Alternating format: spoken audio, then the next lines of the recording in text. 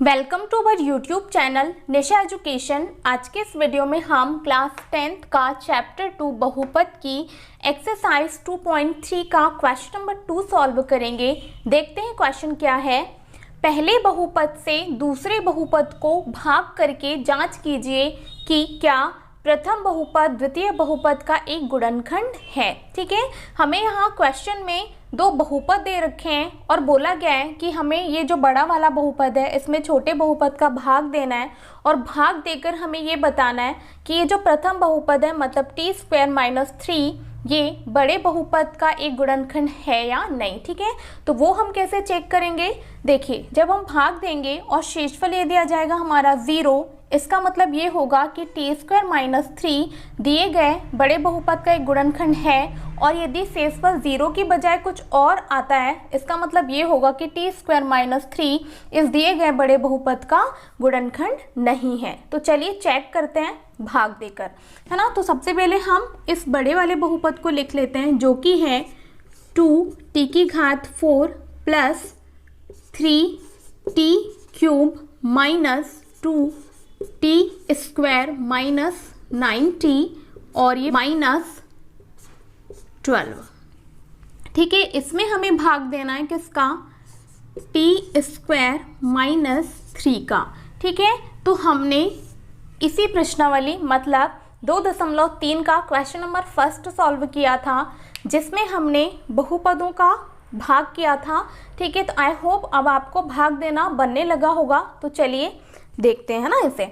तो यहाँ पर हमें क्या करना होता है, ये जो पहला बहुपद है ये देखना होता है और इस बड़े वाले बहुपद का भी पहला जो पद है ना उसे देखना होता है। ठीक है ना, तो यहाँ पर देखिए t² है और यहाँ पर 2t⁴ है। ठीक है, तो हमें इस t² को क्या बनाना है, 2t⁴। ठीक है, तो यहाँ पर गुणांक हमें क्या चाहिए होगा 2, तो मैंने लिख दिया यहाँ पर 2। ठीक है, और घात को 4 यदि बनाना है तो हमें t² का और मल्टीप्लाई करना पड़ेगा, है ना। तो यहाँ पर हम लिख देते हैं t²। इस प्रकार ये जो भाग जाएगा वो 2t² से जाएगा। अब ये 2t जो स्क्वायर है ना इसका हमें इन दोनों पदों में क्या कर देना है, सिंपली गुणा। ठीक, तो चलिए कर देते हैं। 2 से t² का गुणा करेंगे तो यहाँ पर हो जाए, ये हो जाएगा 2। ठीक है, और t² से t² का गुणा करेंगे तो ये हो जाएगा t⁴। ठीक, अब देखिए 2t² से हम -3 का मल्टीप्लाई करेंगे तो क्या आने वाला है, 3 दूनी 6 और ऋण धन का होगा ऋण। ठीक है, तो यहाँ पर लिख दिया मैंने 6 और t² है तो यहाँ पर क्या आ जाएगा, ये t²। ठीक है ना। अब चलिए इसे सॉल्व कर लेते हैं। तो यहाँ पर जो साइन या चिन्ह होते हैं वो चेंज हो जाते हैं। यहाँ पर क्या है प्लस तो ये हो जाएगा माइनस और यहाँ क्या है माइनस तो ये हो जाएगा प्लस। ठीक है, अब ये दोनों पद क्या हो जाएंगे, कैंसिल, क्योंकि एक बार धन चिन्ह है और एक बार ऋण चिन्ह और सेम पद है इसलिए क्या होगा, कैंसिल। अब चलिए इसे सॉल्व करते हैं। तो यहाँ पर धन ऋण का क्या होगा, ऋण, और बड़ी संख्या का चिन्ह लगेगा तो बड़ी संख्या क्या है 6t², तो यहाँ धन ही आने वाला है। ठीक है, अब घटा देते हैं तो 6 में से या 6t² में से 2t² घटाएंगे तो ये बचेगा 4t²। ठीक है, और इस वाले पद को हम एज इट इज यहाँ उतार देंगे। ठीक है ना, तो ये क्या है 3t³। ठीक है, और यहाँ पर क्या आएगा प्लस। अब क्या करेंगे, बचे हुए बाकी पदों को भी हम यहाँ उतार देंगे तो ये हो जाएगा -9t और ये -12। ठीक है, अब चलिए आगे भाग देते हैं। तो यहाँ पर क्या है t² और यहाँ पर क्या है 3t³। ठीक है, तो हमें गुणांक चाहिए होगा तो हम यहाँ पर लगा देते हैं प्लस और ये 3 है तो यहाँ 3 तो लिख ही देते हैं। ठीक है, क्योंकि हमें t² को ना 3t³ बनाना है। ठीक है ना, इसलिए हमने यहाँ पर क्या किया 3 का गुणा। ठीक है, और 1 t की हमें और ज़रूरत है ताकि हम t² को क्या बना पाए, t³। ठीक है, तो यहाँ पर लिख देंगे क्या 3t। अब ये जो 3t है ना इसका हमें इन दोनों पदों में क्या करना है, गुणा। तो चलिए कर देते हैं। तो ये हो जाएगा 3t³। ठीक है, और 3t का यदि हम गुणा करें -3 से तो ये हो जाएगा 3 से 3 का गुणा करेंगे तो ये हो जाएगा 9। ठीक है, और ये हो जाएगा t। ठीक है, और ऋण धन का क्या होगा, ऋण, तो मैंने लगा दिया यहाँ पर ऋण। अब चलिए इसे सॉल्व कर लेते हैं। यहाँ पर क्या है भाई, धन चिन्ह, तो यहाँ पर हो जाएगा ऋण और यहाँ पर क्या है ऋण, तो यहाँ हो जाएगा धन, क्योंकि साइन क्या हो जाते चेंज, तो ये दोनों पद क्या हो जाएंगे कैंसिल। इसी प्रकार यहाँ पर ये ऋण 90 है और यहाँ पर धन 90 है, ये दोनों भी क्या हो जाएंगे कैंसिल। बचे हुए पद को हम लिख लेते हैं, तो ये हो जाएगा 4t² माइनस क्या बचा हमारे पास 12, ठीक है ना। अब चलिए इसे आगे सॉल्व करते हैं। अब देखिए यहाँ पर क्या है t² और हमें t² को क्या बनाना है 4t², ठीक है। तो हमें गुणांक की बस जरूरत पड़ेगी क्योंकि घात तो क्या है समान, ठीक है ना। तो यहाँ पर हम कर देंगे क्या प्लस के 4। अब +4 का मल्टीप्लाई हम इन दोनों पदों में करेंगे, तो चलिए कर देते हैं। 4 का हमने t² से मल्टीप्लाई किया तो ये 4t² आ गया, ठीक है। और धन ऋण का यहाँ पर क्या हो जाएगा ऋण, ठीक है। और 4 तिया क्या हो जाएगा 12। अब देखिए यहाँ पर ये क्या है प्लस, तो यहाँ पर साइन चेंज होके माइनस हो जाएगा और यहाँ पर क्या है माइनस, तो ये हो जाएगा प्लस, ठीक है। अब देखिए 4t² माइनस 12 और 4t² प्लस 12 सेम पद हैं, है ना। और एक बार धन चिन्ह के साथ एक बार ऋण चिन्ह के साथ, तो ये भी कैंसिल हो जाएगा, ये भी कैंसिल हो जाएगा और अंत में हमारे पास शेषफल क्या बचेगा 0। और मैंने आपको स्टार्टिंग में ही बता दिया था, यदि हम इस बड़े बहुपद में इस छोटे बहुपद का भाग देते हैं और यदि शेषफल आ जाए क्या 0, इसका मतलब ये होगा कि t² माइनस 3 इस बड़े बहुपद का क्या होगा एक गुणनखंड, ठीक है। तो उसी चीज़ को हम यहाँ पर लिख देते हैं कि शेषफल क्या आया, शेषफल बराबर क्या आया भाई 0, अतः प्रथम बहुपद द्वितीय बहुपद का एक गुणनखंड है, ठीक है। अतः प्रथम बहुपद द्वितीय बहुपद का एक गुणनखंड है, ठीक है। आई होप ये क्वेश्चन आपको बहुत अच्छे से समझ में आया होगा। चलिए क्वेश्चन नंबर 2 का सेकंड पार्ट सॉल्व करते हैं। क्वेश्चन नंबर 2 का सेकंड पार्ट हम क्वेश्चन नंबर 1 की तरह सॉल्व करते हैं, ठीक है। यहाँ पर भी हमें चेक करना होगा कि ये जो प्रथम बहुपद है ये द्वितीय बहुपद का एक गुणनखंड है या नहीं, ठीक है। तो हम भाग देंगे और भाग देने के बाद यदि शेषफल क्या आ जाए 0, तब ये प्रथम बहुपद द्वितीय बहुपद का एक गुणनखंड होगा। और शेषफल में यदि 0 की बजाय कुछ और आता है, इसका मतलब ये होगा कि प्रथम बहुपद द्वितीय बहुपद का एक गुणनखंड नहीं है, ठीक है। तो चलिए चेक करते हैं। सबसे पहले हम बड़े वाले बहुपद को लिख लेते हैं, जो कि है 3x की घात 4 धन 5x³ minus 7x² plus 2x और ये +2। इसमें हम भाग देंगे छोटे बहुपद का, जो कि है x² प्लस 3x और ये +1, ठीक है। और अब भाग दे देते हैं। यहाँ देखिए हम इस बड़े वाले बहुपद का पहला पद देखते हैं, जो कि है 3x की घात 4 और जिससे हम भाग दे रहे हैं उसका भी पहला पद देखते हैं, तो ये है क्या x², ठीक है। अब इस x² को हमें 3x की घात 4 बनाना है, ठीक है। तो गुणांक तो यहाँ है नहीं, तो गुणांक जो है 3 उसको हम यहाँ लिख देते हैं, ठीक है। अब घात कितनी है यहाँ पर भाई 2 और हमें बनाना है कितनी घात 4, ठीक है। तो हमें x² का गुणा करना होगा, ठीक है ना। तो यहाँ पर हम लिख देते हैं क्या x², ठीक। इस प्रकार यहाँ पर जो भाग जाएगा वो 3x² से जाएगा। अब ये जो 3x² है ना, इसका हमें इन तीनों पदों में क्या कर देना है गुणा, तो चलिए कर देते हैं। तो 3 है तो मैंने लिख दिया यहाँ पर 3 और x² का x² से गुणा करेंगे तो ये हो जाएगा x की घात 4, ठीक है।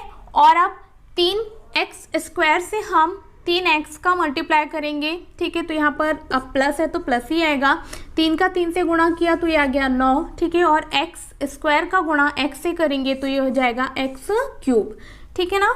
अब 3x² का गुणा हम +1 से करेंगे तो यहाँ पर अब दोनों ही जगह प्लस हैं तो प्लस साइन आ जाएगा और 3x² से 1 का मल्टीप्लाई करेंगे तो ये आ जाएगा 3x², ठीक है। चलिए अब इसे आगे सॉल्व करते हैं।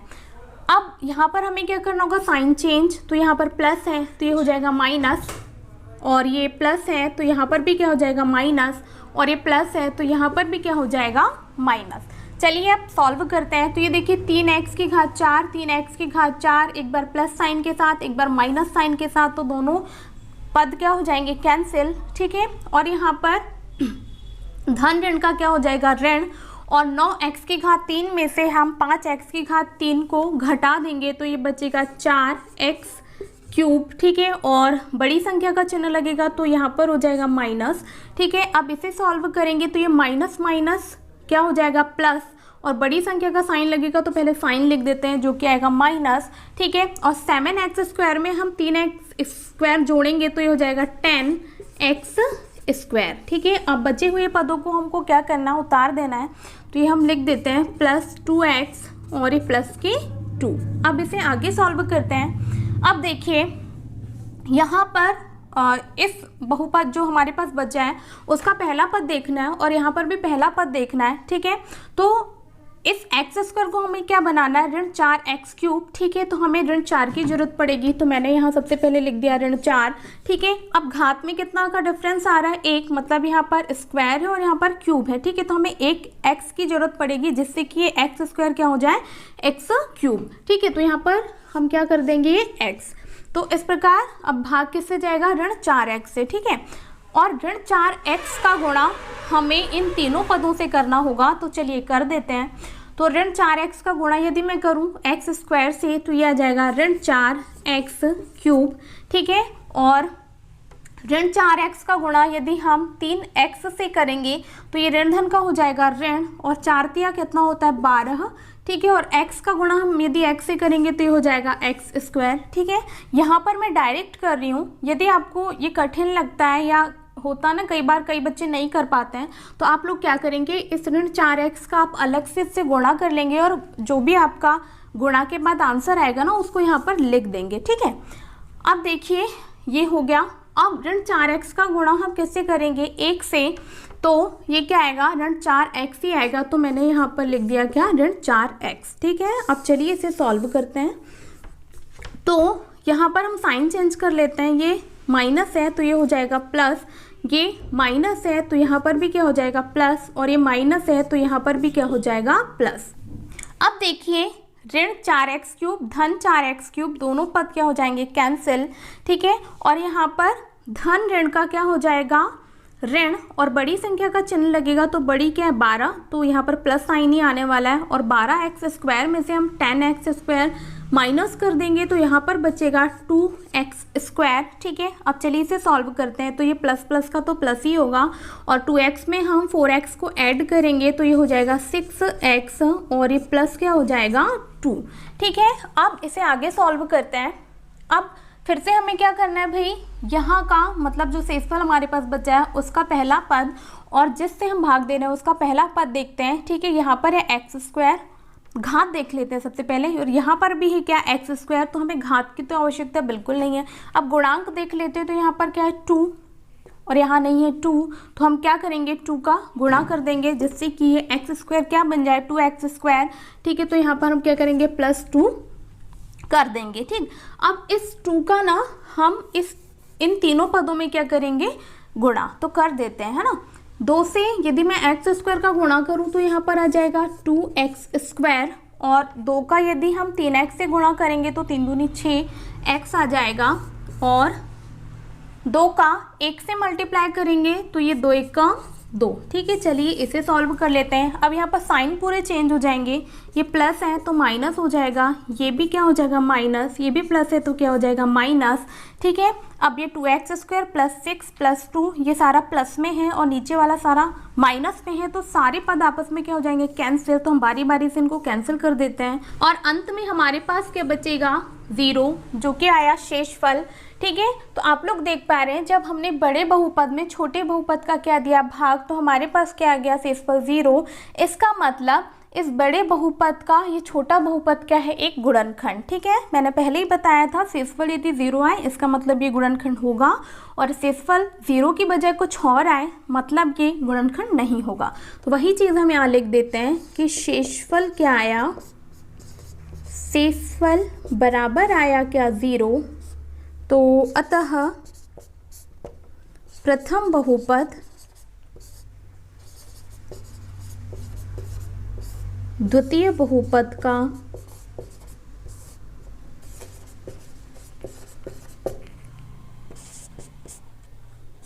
एक गुणनखंड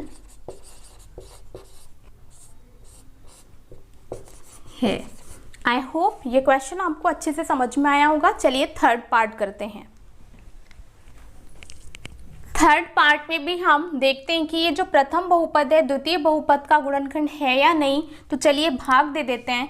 तो हम सबसे पहले इस बड़े वाले बहुपद को उतार लेते हैं। तो ये है x की पावर 5 माइनस 4x क्यूब और plus x square plus 3x plus 1। ठीक है, अब इसमें हमें भाग देना है किसका, x क्यूब माइनस 3x और ये प्लस 1 से। ठीक है, तो चलिए भाग दे देते हैं।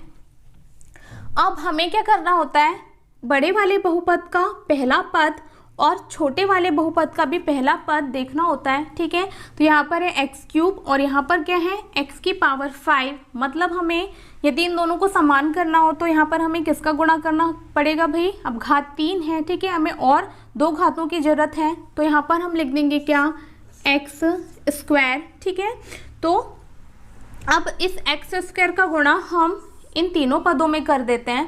ठीक, तो चलिए करते हैं। तो x क्यूब से हम x स्क्वायर का मल्टीप्लाई करेंगे तो ये आ जाएगा x की पावर 5। ठीक है, और x स्क्वायर से हम माइनस 3x का मल्टीप्लाई करेंगे तो ये ऋण धन का हो जाएगा ऋण, और ये हो जाएगा 3 और x क्यूब। ठीक है, और एक्स स्क्वायर का गुणा यदि हम +1 से करें तो यहाँ पर क्या आ जाएगा, प्लस एक्स स्क्वायर। चलिए अब इसे सॉल्व कर लेते हैं। तो यहाँ पर हमें क्या करना होगा, साइन चेंज। ये प्लस है तो यहाँ पर हो जाएगा माइनस, ये माइनस है तो यहाँ हो जाएगा प्लस, और ये प्लस है तो यहाँ हो जाएगा माइनस। ठीक है, यहाँ पर ये दोनों पद क्या हो जाएंगे, कैंसिल। ठीक, और यहाँ पर प्लस, यहाँ प्लस है और यहाँ माइनस, तो प्लस माइनस का क्या होगा, माइनस। ठीक है, और 4x क्यूब में से हम यदि 3x क्यूब को घटाएंगे तो यहाँ पर क्या बचेगा, केवल x क्यूब, और बड़ी संख्या का चिन्ह लगेगा जो कि क्या है, माइनस। तो मैं यहाँ पर लिख देती हूँ माइनस। ठीक है, यहाँ पर भी सेम प्लस माइनस का क्या होगा, माइनस। अच्छा चलिए देखिए, यहाँ पर क्या है, प्लस एक्स स्क्वायर और यहाँ माइनस एक्स स्क्वायर, तो ये दोनों पद क्या हो जाएंगे, कैंसिल। क्योंकि जब दो समान पद विपरीत चिन्ह के साथ होते हैं तो दोनों क्या हो जाते हैं, कैंसिल। ठीक है, अब बचे हुए पदों को हम लिख देते हैं। तो यहाँ पर हमारे पास क्या बच गया, प्लस के 3x और यहाँ पर प्लस 1। ठीक है, अब चलिए इसे आगे सॉल्व करते हैं।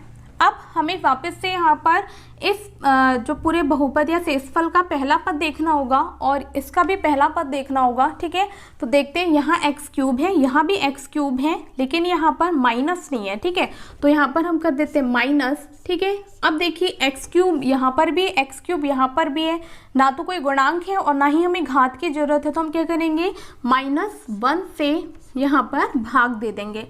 ठीक है, तो चलिए भाग दे देते हैं। तो जैसे ही हम यहाँ पर -1 से भाग देंगे ना, तो -1 का गुणा हमें यहाँ पर तीनों पदों में करना होगा। तो चलिए कर देते हैं। जैसे ही हम -1 का x क्यूब से गुणा करेंगे तो यहाँ पर आ जाएगा -x क्यूब। ठीक है, और -1 का मल्टीप्लाई यदि हम -3x से करेंगे तो माइनस माइनस का हो जाएगा प्लस। ठीक, और यहाँ पर हो जाएगा 3x, और -1 का मल्टीप्लाई हम +1 से करेंगे तो यहाँ पर हो जाएगा ये -1। अब चलिए इसे सॉल्व कर लेते हैं। तो यहाँ पर साइन चेंज हो जाएंगे, ये माइनस है तो ये प्लस हो जाएगा, ये प्लस है तो माइनस हो जाएगा, ये माइनस है तो प्लस हो जाएगा। ठीक, अब देखिए यहाँ पर ये सेम पद है, एक बार ऋण चिन्ह एक बार धन चिन्ह, तो दोनों क्या हो जाएंगे, कैंसिल। यहाँ पर भी ये सेम पद है तो यहाँ पर ये धन चिन्ह ये ऋण चिन्ह, तो दोनों पद क्या हो जाएंगे, कैंसिल। यहाँ पर धन है और नीचे भी धन है, क्योंकि ऊपर वाले ऋण का कोई मतलब नहीं रह गया। तो +1 में यदि मैं +1 जोड़ दूं तो क्या होगा, +2। इस प्रकार हमारे पास शेषफल क्या आया, 2। ठीक है, तो यहाँ पर लिख देते हैं।